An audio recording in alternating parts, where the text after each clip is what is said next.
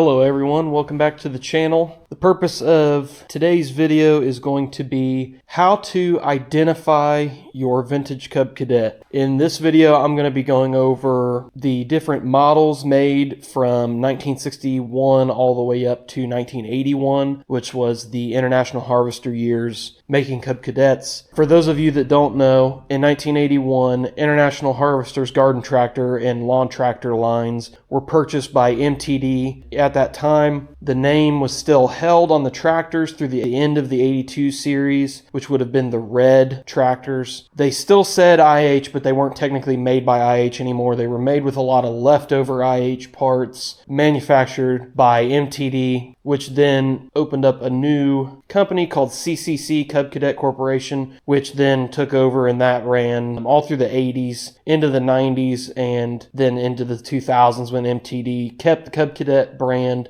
kept rolling with the name. In this video, I'm going to tell you how to identify what model you have, how to find the serial number, how to read the serial number, and then for the later ones, I'm going to tell you how to decode the serial number, meaning you are able to tell based on the serial number on these later machines what model it is, as well as when it was made. And there's a couple neat things about that you can ensure that what you have was originally what it appears to be. To start out, we are going to start with the originals. Starting in the late 1950s, around 1958, 1959, International Harvester saw the need in this growing market for a lawn and garden tractor. And being that they were International Harvester, very widely revered as a very good company, they figured that was something they wanted to start getting into. At the Louisville Harvester Works down in Louisville, Kentucky, they began experimenting with all different types of models. There were a lot of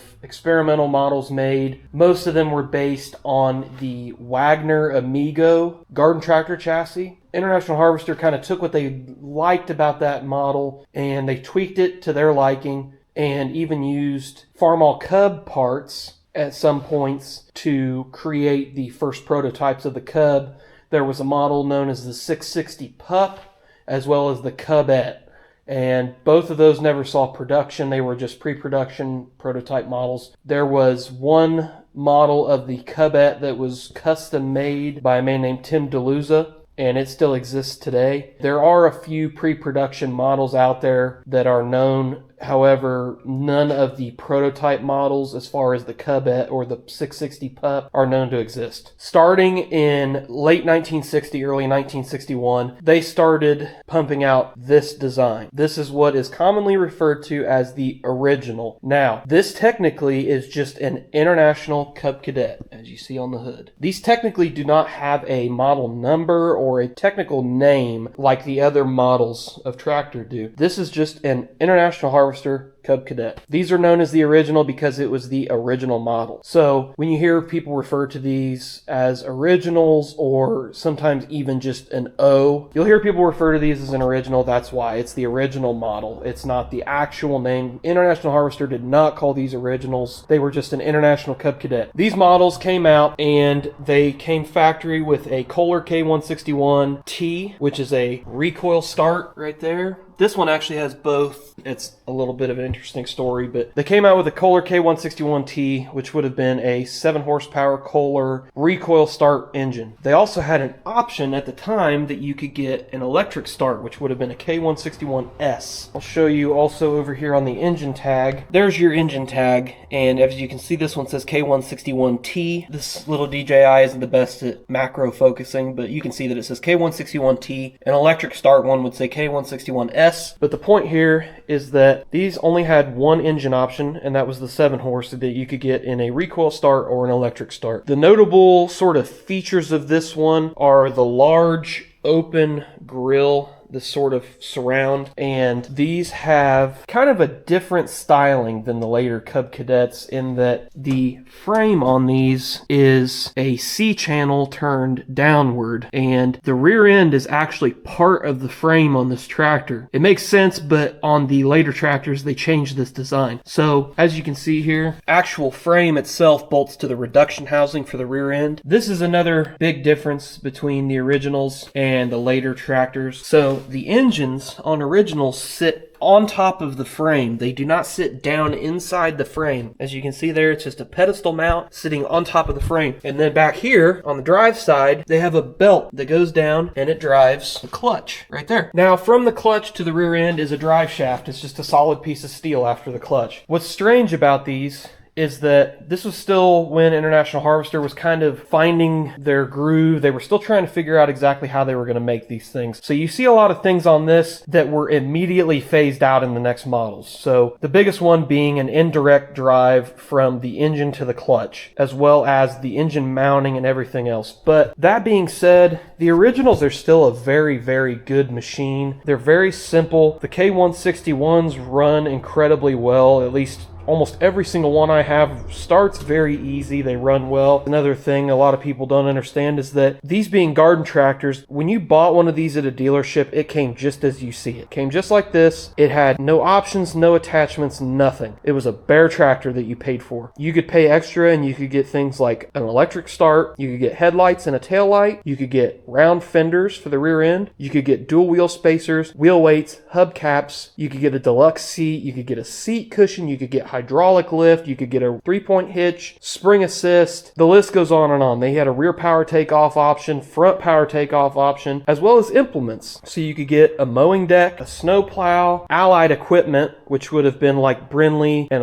there were a lot of allied equipment manufacturers for the originals, and a lot of that stuff is really rare. But you could get a lot of rear mounted attachments, mid mounted attachments, front mounted attachments for these things. So as you see it right here, this is a bare bones machine. This has no options, aside from electric start that was added at some point in its life. Identifying your Cub Original. So there are a couple things you can look at to very quickly discern a rough time frame on what year your Cub Original is. The first thing I always look at is the frame. So on later model originals, there is a hole that is cut right here. That hole started being put in the frames in 1962 to 1963. So if you see a hole in the frame here, that is more than likely a 1962 or 3. However, older models could have had a hole put there by the dealers or by the previous owners to retrofit them for a UD6 Danco creeper. Most of the time, if you see one without a hole, it's a very good indication that it is a 1961 or an early 1962. Another thing to look for is on the front axle, these spindles. So these are known as a collared spindle. They use a locking steel collar at the top of the spindle to hold the spindle in place. Later ones use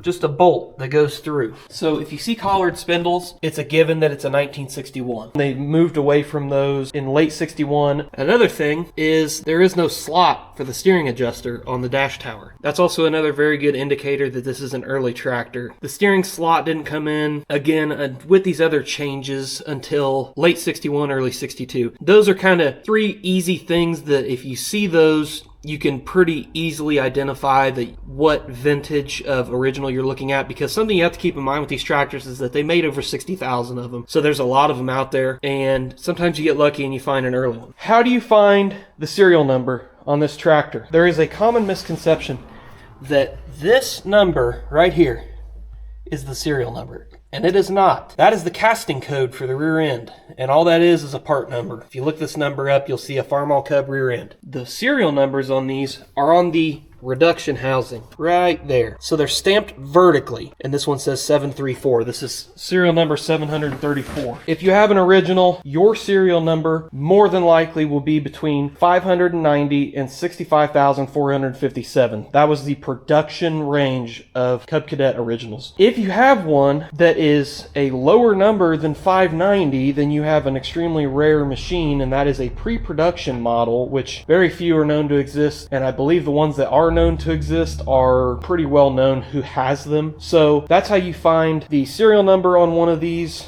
Like I said, this one is 734. This is the 144th production Cub Cadet ever made. So pretty awesome, pretty early one. Big shout out to my friend Brady who sold me and my dad this tractor. This is a pretty neat little machine. I got some big plans for this thing. I want to fix a few things on it and get it back into showing condition. So just a neat machine. Next on the list is going to be the Cub Cadet 70 and 100. The 70 and 100 began production in August of 1963 and ran until August of 1965. These are widely revered as one of the most popular styles of Cub Cadet, and the reason for that is A lot of people think that, you know, just the styling on these is really, really awesome, and I do agree. I love the 70s and 100s. I think they have the best mini tractor look when done correctly. As you can see here, my 100, that's what I was going for, is the mini tractor look with the suitcase weights and duals and stack and everything. The 70 and 100 began production in August of 1963, and these have a serial number range from 65,458 to 127,160. So again, we have another 3 years, another 60,000 tractors roughly. Some notable features about these is that these are the first Cub Cadets to feature a one-piece frame. Unlike the originals, the frame on these starts right there and it runs all the way back to the rear end of the tractor. The neat thing about these having the one-piece frame is that this is the first true narrow frame garden tractor. A lot of people will say that the originals are considered a narrow frame. I think they're kind of in a league of their own. I think this is the first true narrow frame garden tractor because this frame design was held for quite a few years after the fact. With this frame change, they also changed to where the engine was sitting down inside of the frame, which is kind of hard to see because this one's got so much wiring and the hydraulic pump. But the engine is sitting inside of the frame. With the engine sitting inside of the frame, that also means that there is a drive shaft that runs all the way through here into the rear end. So there is no drive belt on this to slip. It is strictly direct connection from the engine and clutch to the rear end. It is a solid one-piece steel drive shaft. And that's why these things are so freaking tough. And a lot of pullers like to use these because there's nothing that can slip besides the clutch, and you can make these clutches so tough that, I mean, it'll just start breaking stuff. I mean, they're just so overbuilt, and that's why they're awesome. But this is the first model to feature an engine inside of the frame as well as a one-piece frame and a full drive shaft to the rear end. Now that's another thing, is that the rear end not being part of the frame, it sits inside of the frame. So you can remove the rear end from this tractor and still have a full frame. Unlike the originals. If you remove the rear end from the originals, technically you've lost like a third of the frame. This was also the introduction of the 10 horsepower model, and both 70s and 100s came standard with electric start. These came standard in the 70s with a K161S, so electric start. You could also get a K161T as a cheaper option to save money. Just like the originals, you could get a recoil start 70, and the 100s came stock with a K241S. Now, later in the 100 production cycle is when they came out with the K241AS, which would have been the 10 horse with automatic compression release, which helps these start easier because, as you can see, you use a starter generator to start, and because of that and the belt, if they have a lot of compression, they are a little hard to start. So with the compression release, it makes these things a lot easier to start, and these are just, like I said, widely considered one of the fan favorites of the Cub Cadets, and I love these. I have 2 of them. I've had multiple of these generation of models. Okay, if you have a Cub Cadet 70 or 100, here's how you find the serial number. Again, we are going to have a common misconception on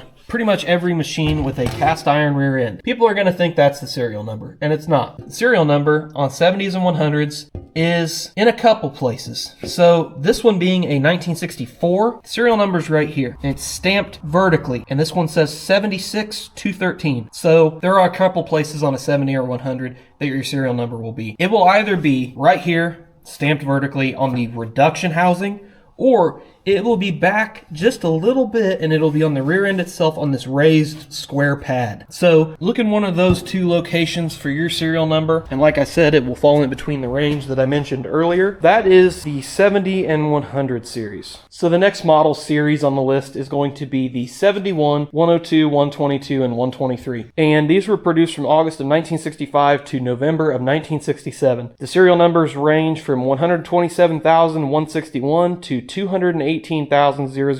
I do not have one of these machines in my shop currently. The reason being is I am not a fan of this series for a few reasons. The biggest reason being I just kind of think they're ugly, honestly, so I don't particularly care to own them. I have had them in the past, and this is the beginning of the tall tunnel narrow frame tractors. So you might be asking, well, what is a narrow frame and what is a tall tunnel? So a narrow frame basically just means that from the front to the rear of the tractor, the frame doesn't change width. It is narrow. It's the same width the whole way up. Tall tunnel would mean that back here on top of the transmission tunnel, instead of it being short like this, where this is only, 2.5, 3 inches, it is significantly taller. And you will see in this later generation of the 102, 122, 123 that they all have the tall tunnel. I believe the reason that they began the tall tunnels was because this was also the first generation that offered a factory hydrostat rear end tractor. With that, the hydro pumps are significantly taller and larger, so I believe they needed to increase the frame size. These models are the beginning of the tall tunnels. They have the first hydrostat, which would have been the 123. However, they made a more economic friendly model, the 71, which would have been more akin to a 70. Now, the 71s share the same frame as a 70 and a 100. It is the short tunnel, and the reason for that is because that 71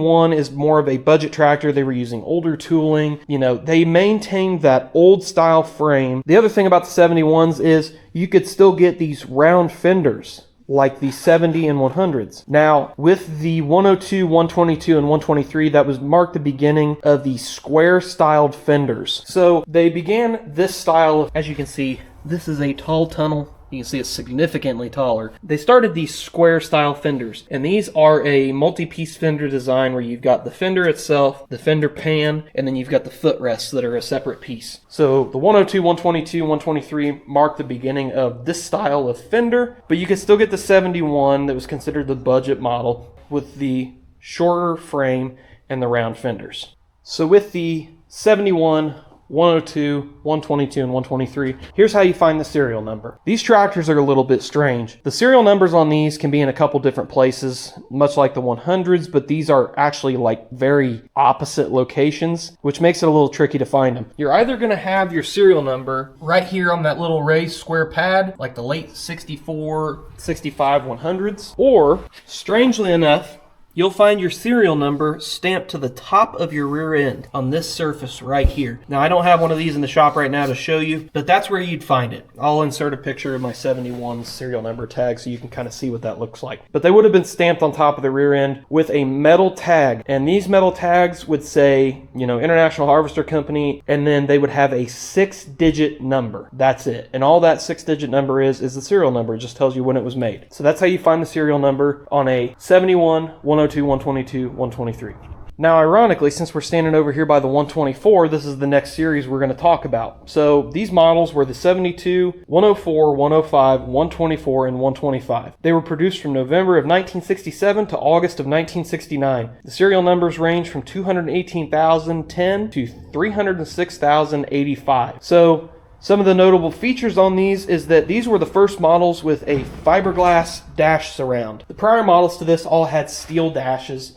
This was the first model with a little bit more styling. It had a fiberglass dash surround as well as an insert that was colored, and these were just meant to be a little more stylized to the late 60s, kind of how everything was back then. So these also mark the beginning of the new casting style for the grills. So the 71s, 102s, and all that, their grills start down here and they slant straight back all the way to the top. This generation marked the beginning of this Z-shaped grill. So if you look at it from the side, you can see that it comes out, goes in, and comes out. That marked the beginning of this style of grill as well with this generation. They also had the square style fenders as introduced in the previous generation, but this was the first generation to offer the quick attach system underneath, which enable you to very quickly install and remove any implements on the front, whether it be a mule deck for a mower drive or a snow plow, snow blower, what have you. So similar to the 71, 102, 122, 123 generation, you have 10 horse and 12 horse, but you also have a 72 that is a 7 horse. It's the budget model, and much like the previous generation, the 72s had the short tunnel and they used the round fenders. They were the older style frame, older style tooling. They continued with the 10 and 12 horses, building them with the tall tunnel and the square fenders. That was like the new style of the new garden tractors, but they still maintained those 7 horse tractors with the short tunnels and the round fenders, more of a classic style, but they sort of lend themselves from both both generations. They kind of look like these, but they also look like an older one. So they're kind of neat, those little 7-horse tractors. So how do you find a serial number on this generation of tractor, the 72s, 104, 105, 124, 125? So these are pretty simple. This is when International Harvester started to kind of standardize their locations. And these tractors, the tag is going to be right here on the rear end. And it's going to be on the left side. And as you can see, it is a 6-digit number. We are still in the era of 6-digit serial numbers, and all it tells you is when it was made, and that is it. Another really simple one, but the easiest way to identify these is just they all have this blue stripe on the dash. They all look just like this. The really big differentiating factor between these models would just be the engines and the transmissions. That's it. I mean, you either have a 10 or a 12 horse, and you either have a gear drive or a hydrostat, which would have a silver handle right here. So they're pretty easy to tell apart. Okay, so the next models that we are going to talk about are the 73, 106, 107, 126, 127, and 147. These were produced from August of 1969 to August of 1971. So this marked the first models that offered a couple things. So this generation, again, we have a fiberglass dash surround, but there are a few things that are easily identifiable on these models. This generation was the first to offer one-piece fender pan assemblies, as you can see here. These are one seamless piece all the way around, and they carried that into the 1980s. This is actually the first model to feature this style of fender pan, and they used this up until 1981 with the spread frame tractors and everything. So there were minor changes. This marked the beginning of this style of fender. These models also feature the first iteration of a 14 horsepower engine, which is what you're looking at right here. This is a 147. These were the first to offer a K321 14 horsepower engine. In order to fit these in the tractors, they have to notch the frames, as you see. Now, the frame notches were only put in the 147 specifically because they still use the same frame from the 106, 107 all the way up, but they just notched the frame on these to accept the larger flywheel housing of the 14 horse. These were also the first models to offer a factory electric lift assembly, which you can see right here. So instead of having a manual lift assembly or an optional hydraulic lift assembly, these had an electric lift, which is operated by a little toggle switch on the dash there. Those were kind of short-lived. They were kind of found to not be very effective. They had a lot of issues, and they're pretty slow and not very reliable, but it is kind of neat, and it's kind of a trademark thing of the 147 specifically. However, you could get electric lift on any of this generation's models with the correct mounting hardware. So it is kind of a neat thing that spans across this generation and as well as the later generations. But yes, that's what you're looking for, is this style of tractor with the one-piece fenders. First models to offer a 14 horsepower engine as well as electric lift factory. Just like the last generations we've talked about, there is a 73. Okay, it is a 7 horsepower short tunnel round fender tractor, and it was the budget option. And I have one up here sitting in the front of the shop. So this is my 73. As you can see, it's got the short tunnel, just like the 70s and 100s, and it's got the round fenders. These models, again, were made to be the budget-friendly, the economical models because they are a 7-horse gear drive, no frills. This one's got a lot of options on it that I've added, but these were meant to be budget-friendly. That was the whole purpose of the 7-horsepower tractor line. How do you find serial numbers on 73, 106, 107, 126, 127, 147 tractors? These serial numbers are going to be down here in the same spot as the last generation on the rear end. However, they're going to be in a slightly different format. So this generation marked the beginning of what are known as kind codes. Kind codes are prefixes to the serial number on the rear end or the frame that identify what type of tractor it is, as far as lawn tractor, garden tractor, or a lawnmower. They mark where it was made and the model. So a little later in this video, I'll go over how to decode a kind code and what the different kind codes mean, as well as how to decode a serial number. That is an identifying factor of this generation of tractor, is that the serial number tag is right there on the rear end, but it features a kind code. So it will say 20500 blank blank U, and then the 6-digit serial number. It's a common misconception that people think that the first numbers have something to do with when it was made. It doesn't necessarily have anything to do with that. The last 6 digits after the U are your serial number. That's how you find the serial number on one of these tractors. Now we're going to talk about my favorite generation of tractors, which are the wide frames. With the last generation, they were still narrow frame tractors, meaning they were the same width from the front all the way to the rear on the frame. With the wide frames, these began in September of 1971 and ran until October of 1974. The serial numbers range from 400,001 to 529,811. These tractors are widely considered to be some of the best Cub Cadets, especially this guy right here, the 149. That's widely considered to be one of the best models ever made. These had a few notable features. These were, like I said, the beginning of the wide frames, which means, as you can see right there, you can see that the frame is narrow and then it bulges out to accommodate the engine. All of the models of wide frame are like that. Every model of wide frame uses the same exact frame. There was no need for modifications to the frame for different models or anything. They all use the same frame. They went to a universal one. This marks the beginning of that. These also were the first models to offer a 16 horsepower factory engine, which is what is in this 169 right here, which is this kind of a rare-ish tractor. So these also, as you can see, were a total redesign. They totally went back to square one on these, aside from the fenders and a few other things. But cosmetically, these were almost a complete redesign. So they went to these more square hoods and square front ends, and they also went to this different style of dash tower, as well as a removable trans tunnel cover. These were also the first models to relocate the battery to under the seat rather than in the front of the dash tower. These also have kind of a neat identifier that will quickly help you identify these at a glance. So if you see a wide frame that looks like this with the open side, the engine looks like this, and you see this hood stripe. As you can see, 149, there's a blue stripe above the 149.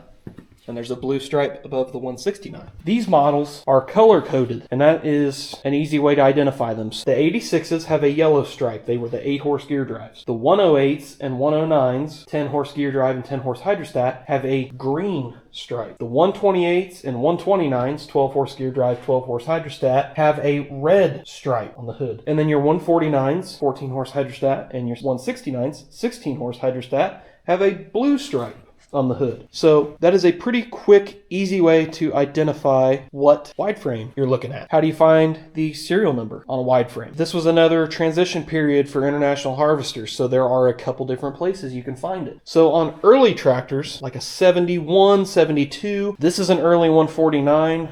Kind of a neat thing you'll see on early 149 specifically is they had some decals up here on the inserts of the hood. I've never seen those on a later tractor. I believe that's an early thing. But on the early tractors, much like the previous generation, they're on the rear end. And again, we have our kind code prefix 2050047U and then your 6-digit serial number. But it's on the rear end on this tractor, which is a little strange because the vast majority of wide frames that you are going to see, serial tag is going to look like this. Now this is a 1974. 169s were only made in 1974. And this one is 2050048, which is the kind code for a 169. That is how you find the serial number on a wide frame. Now following the beginning of the wide frame era, we have everybody's shaky favorite, the Quietline. So these tractors were a huge change to the Cub Cadet lineup in that International Harvester was getting a lot of complaints that their tractors shook really bad and that they were very loud and they didn't have very many creature comforts. They were kind of uncomfortable to run, blah, blah, blah. Tractors of the same vintage were starting to get quieter. They were starting to get easier to run. This was International Harvester's arguably failed attempt at making a quiet tractor, hence the nickname Quietline. These tractors feature, as you can see, side panels that shield the engine, as well as a few different things that differentiate these from normal wide frames. The Quietline series had the models 800,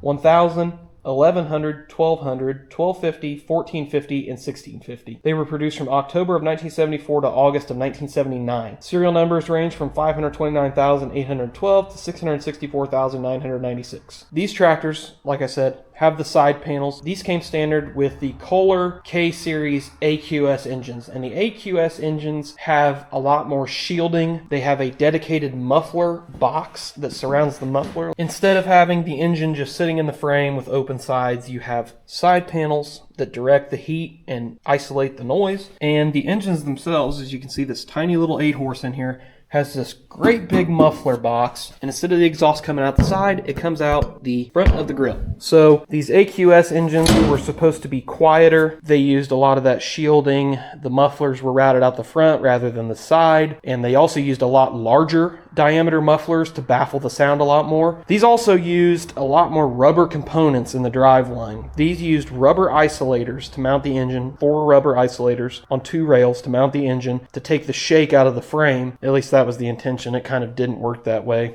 And then they used rag joints on the driveline to take up the vibration in the driveline. You can definitely tell where the intention was with these. However, the execution was just not the best. It wasn't thought through just quite enough. And they did work out a lot of the kinks with these tractors in the next generation. Quietline aren't bad tractors. It's just if you don't take care of them and you don't replace the parts that go bad, they really just get ragged out and everything just goes to pot on them. I mean, it's hard to find a Quietline that hasn't been just used and abused and ragged out. I've been lucky enough to have a handful that are nearly mint and they're in very good shape and don't need a lot of work. I've also had a lot of really clapped out Quietline that needed more work than they were even worth. This generation, again, still the wide frame, as you can see, still the one-piece fenders, and these have 2 stripes if you have the side panels on. Something to note, if you have one of these Quietline, if you don't have side panels and you're running it constantly, you really need to get a set of side panels for it. And if you have side panels and you don't run them, you need to be running them. The reason for that is these do not properly cool without the side panels installed. It's a common misconception that these hold heat in and blah blah blah.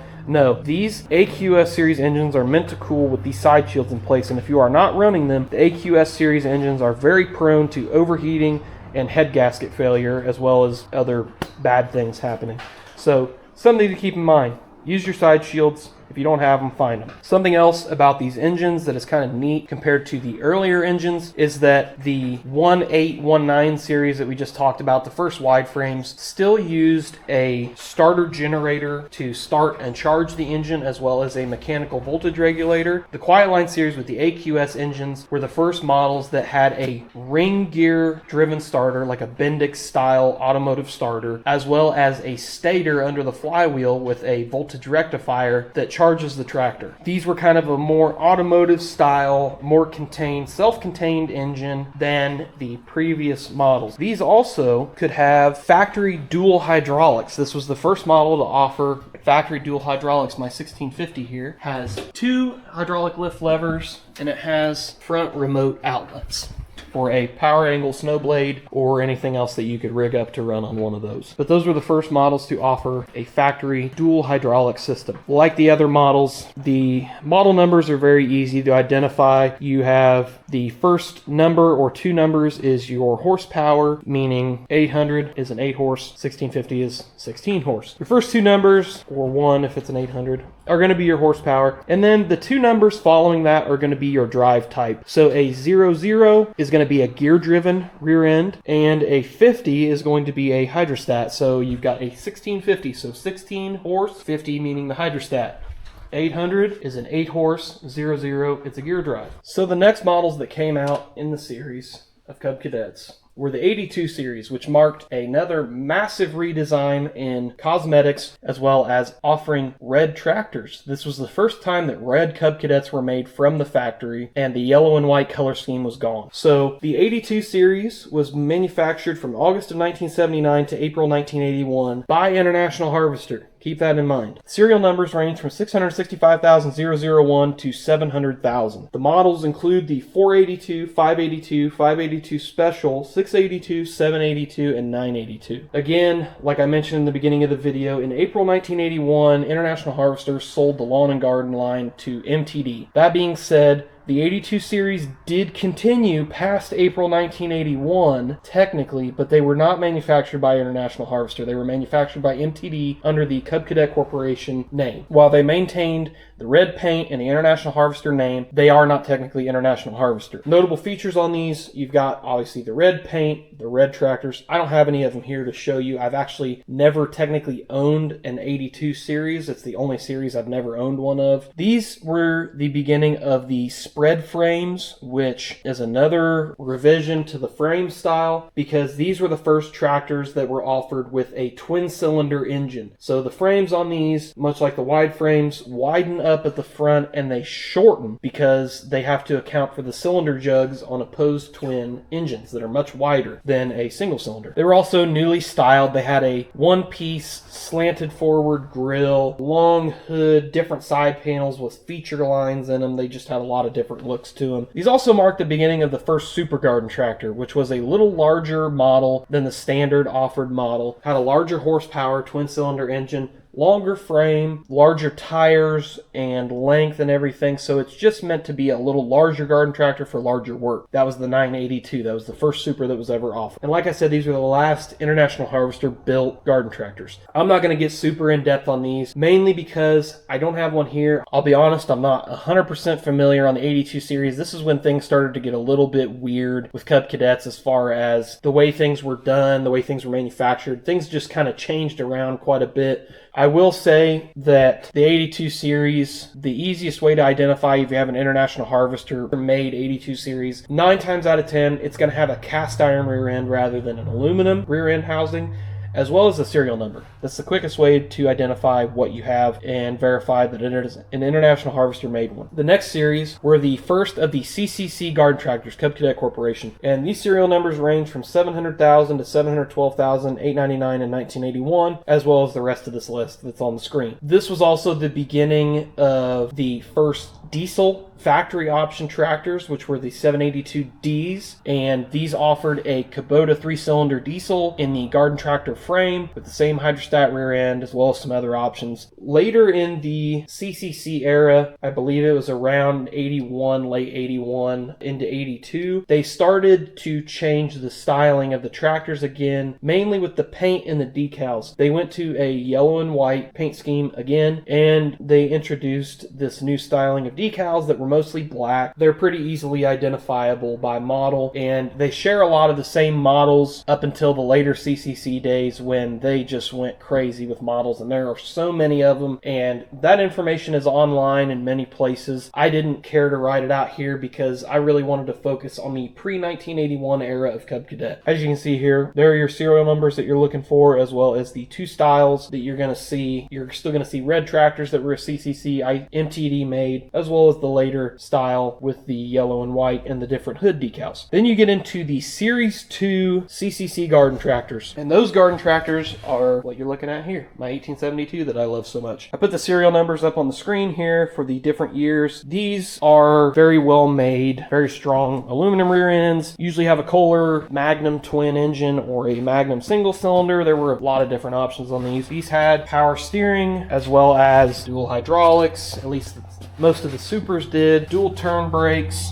This one does not have 3-point hitch or PTO. Down here is where your serial number tag is going to be. These also have a manufacturer date sticker. These can also be decoded, and I'm going to go over that a little later in the video, but you have your model number here and your serial number here. This one is 775632, and you have your manufacturing date down here, C238G, and I'm going to go over how to decode that. The next series of tractor were widely known as the Cyclops tractor, and as you can see on the screen, they have a single headlight housing that sort of makes them look like a Cyclops, although there is 2 headlight bulbs. These were made for many years, from 1990 all the way to 1997. While these tractors were very popular because of their stoutness and how strong they were, they had very good engines, very good drive lines. Their big Achilles heel was the fact that they went to plastic hoods, grills, and side panels. Most of the time when you find a Cyclops era tractor, the side panels are missing, the hood is broken, the grill is broken because the plastic gets old and brittle, especially if it's been left outside or neglected. Just something to keep in mind on those, but there's your serial number ranges for the Cyclops tractors, which would have been the 3rd series of CCC tractors. And that's where we're going to stop with sort of the explanation of each generation. Past that, you have the 2000, 3000 series, and then the 1990s. Honestly, I don't care about those tractors whatsoever, so I'm not really going to get into them. I'm sorry if that's what you were looking for, but I really wanted to focus on 1961 to 1981 tractors, how to find the serial numbers, what they kind of look like, things to look for, for identifiable features, what changed, that sort of thing. What we're going to get into next is how to decode your serial number, how to decode your kind code, and how to decode manufacturing dates on later tractors.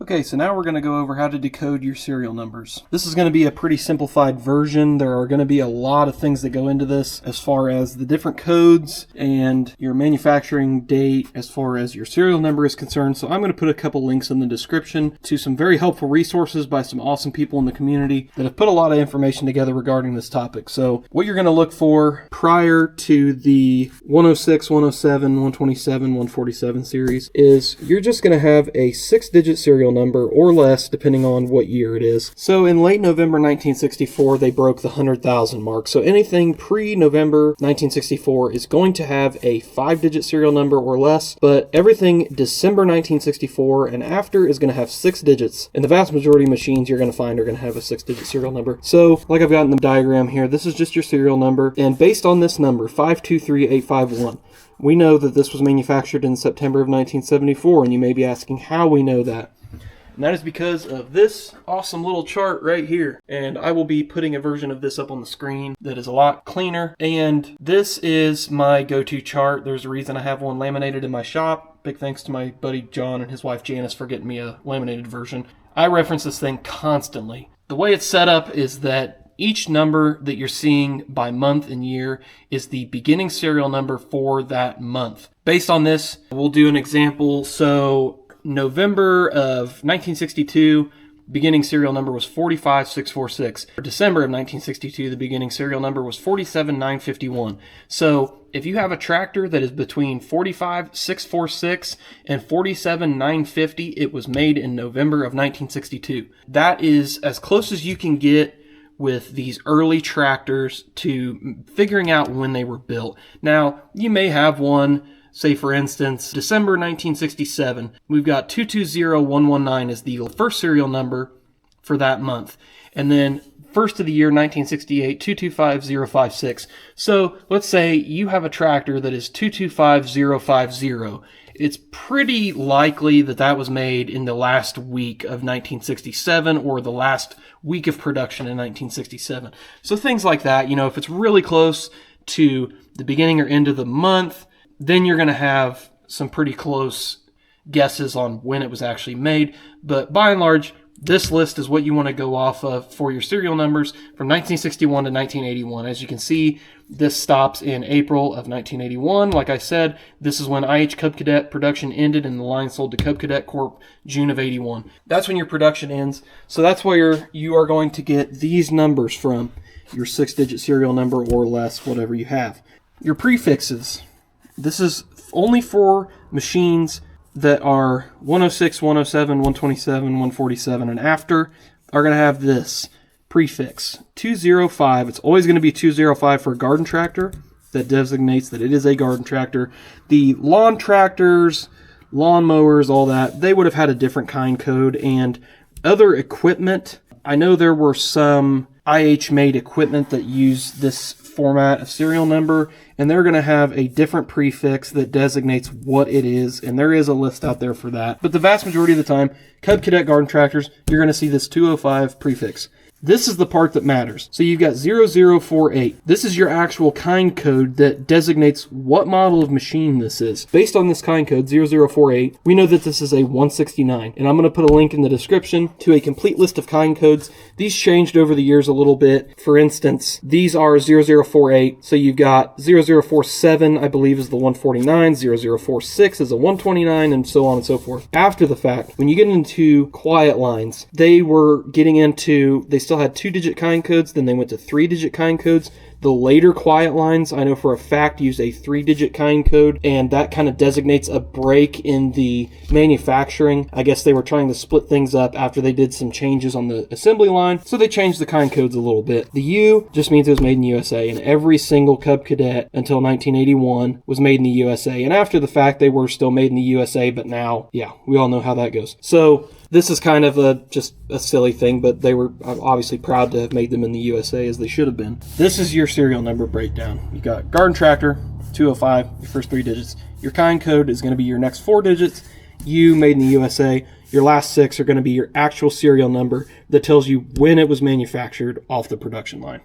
And then we've got the later models. So with the later models at the CCC era, Cub Cadet Corporation, MTD, you have a manufacturing date sticker. And I pointed this out on my 1872 and told you I would go over how to decode one of these. So the way this works is that you have a letter, 3 numbers, and then another letter. So your first letter is going to be the month of manufacture.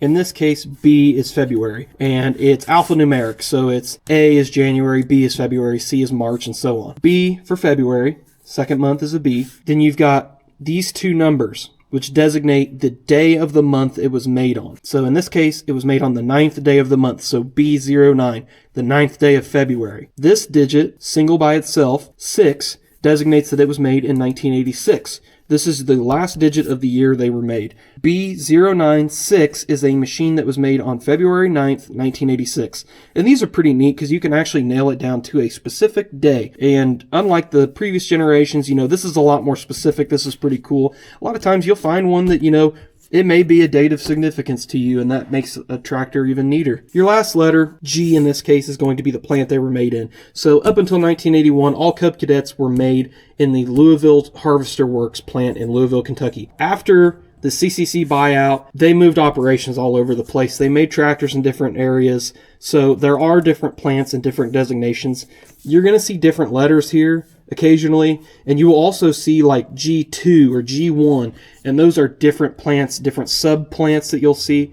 By and large, this is just your designation of the plant. I haven't found a legend that explains which plant is which by letter designation. What you're going to focus on is obviously these 4. So February 9th, 1986. That's how you decode a manufacture date on a Cub Cadet.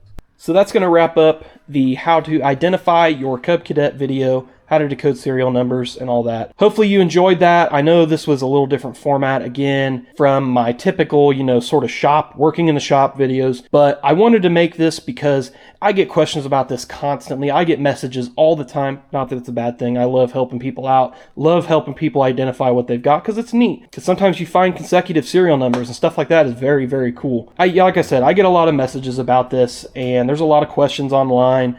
And there's a ton of information out there. I just don't think people know where to find it. So like I said, I'm going to put some links in the description to aid you in figuring out what you have. There are a lot of really great resources online that have been put together by some older folks in the hobby that have been doing it a lot longer than I have.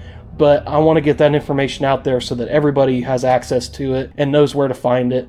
So hopefully this video helps you out a little bit. Hopefully you're able to figure out what you've got. That being said, if you still have a question on maybe what your tractor is, or you're having trouble figuring it out, or you can't find the serial number, shoot me an email. I'll put my email on the screen. Shoot me an email and send me some pictures, a little explanation, whatever you want to do if you're having trouble figuring it out, and I'll gladly help you figure out what you have. Sometimes things get a little funky. People do some strange things with tractors they have, and they mess around with the parts and switch hoods, or they switch tins or whatever. 9 times out of 10, you can pretty easily discern what a tractor was originally. Like I said, hopefully this was helpful for most of you. Hopefully you found this interesting. If I missed anything that you want gone over, let me know in the comments, and I will be happy to go over it in a future video. Or if you want me to go more in depth on a certain topic, let me know and I'd be happy to go over it in a future video. I'm also happy to announce that I officially have some stickers in stock. So these stickers are vinyl gloss print. They are my channel logo. It's a little bit glary because of my camera light, but these are my channel logo stickers. They're die cut and they're pretty neat. They came out very well. I have a small amount of these available. I have more on the way, and I have a second style of sticker, which I will put up on the screen now, that includes my Chihuahua Peanut that I love very much, and she's my little tractor buddy. I am doing a couple runs of stickers. If anyone is interested in buying some of these, let me know. I'd be happy to help you out and get you one or a couple. The price for these is going to be $7.50 a piece shipped, and I can ship them out through, USPS in an envelope. It's nothing huge. I accept PayPal and Venmo for payments if you're interested in one of these. If these get enough traction, if the channel gets enough traction, I may end up actually doing an actual dedicated merch store for just stickers and stuff. I'm not going to do t-shirts or anything like that, but I'm going to do a dedicated store for decals and stuff maybe in the future if these get enough interest. But that being said, if you want one of these, let me know. Shoot me an email, leave a comment, something. I'll get in touch with you and we will see about getting you one. This is just something I've wanted to do for quite a while, and I'm going to experiment with some different styles of stickers. I found a pretty good, reliable manufacturer that can get them to me pretty quick. I just like to have these, and I've had quite a few people request these be made. So if you're interested, let me know. Like I said, hopefully you enjoyed this video. If you did, leave a like, leave me a comment, let me know what you want to see next. I am getting ready to start making a video on this 1250 as soon as I stop this one. That'll be the next one that you guys see come out. So thanks for watching. Leave a like, subscribe, and I will see you guys later.